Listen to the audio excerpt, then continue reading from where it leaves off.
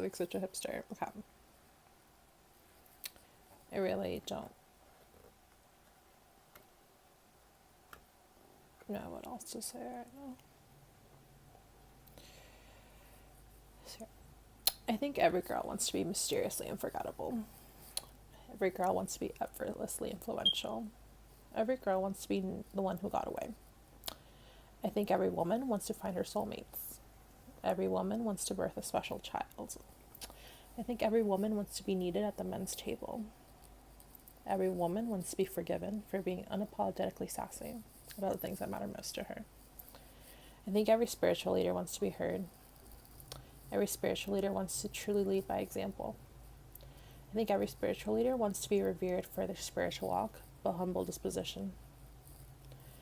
I think every leader of the oppressed wants to see change in this lifetime.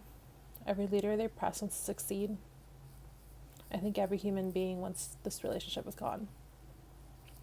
Even if I've been attributed these traits in a far from glamorous manner, I think I was given insight on all of the above because I needed to set my sights on something else. I guess I'm realizing the purpose of what's most often coveted as blessings, being my foundational norm, is to pursue after something unseen and not yet actualized in our world. Not to sound innovative, but maybe a little bit radical.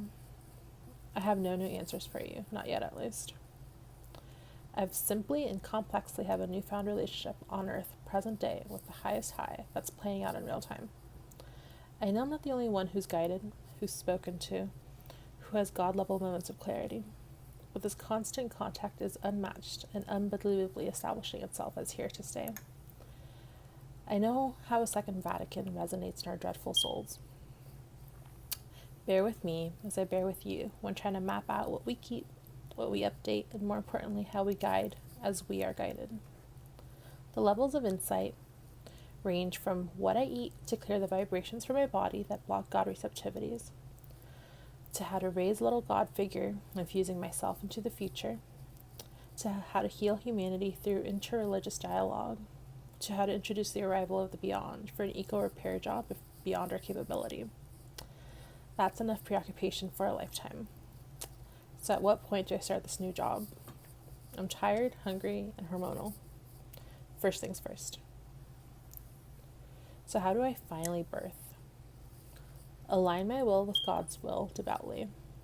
Trust God and God's timing devoutly. And forgive all transgressions devoutly. That's the holdup. Some of it, at least. Once I follow through consistently, the public doubt among spiritual leaders should subside after my personal alignment configures, from both exempling of righteous suffering and righteous struggle of ego death, as well as through this new age of literal witnessing. Then I won't be alone in addressing the masses with this new role as God's earth form, forever multiplying from here on out. My process, put simply, is this. First, we contain the dark through my commitment to the light. Then we heal the damage the dark managed to cause my human form and the communal experience. Finally, we bring healing and God relationship to Mother Earth for all. So be patient as I struggle with my personal healing. I've only newly been sealed to God's guidance. As I'm patient with you and the manipulations I've enabled you to go through. Securing, containing the dark, and therefore God's earth's form safety, were a priority. Our egos and comforts will simply have to overcome. My personal healing is something you have to accept I deserve. And all that aside, the truth will finally and newly make itself known. Your faith shouldn't depend on my sass, my past resentments and friendships. Your faith shouldn't depend on how I look compared to anyone, and it shouldn't depend on how gracefully or ungracefully I align with God. But I understand if it does right now. Crazy thought. God trusts me.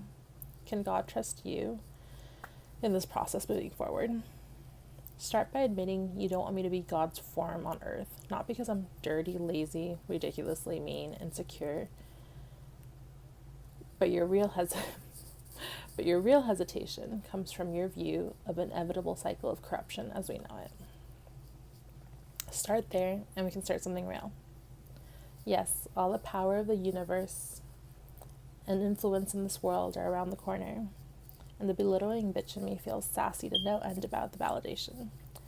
But I promise representing God's army through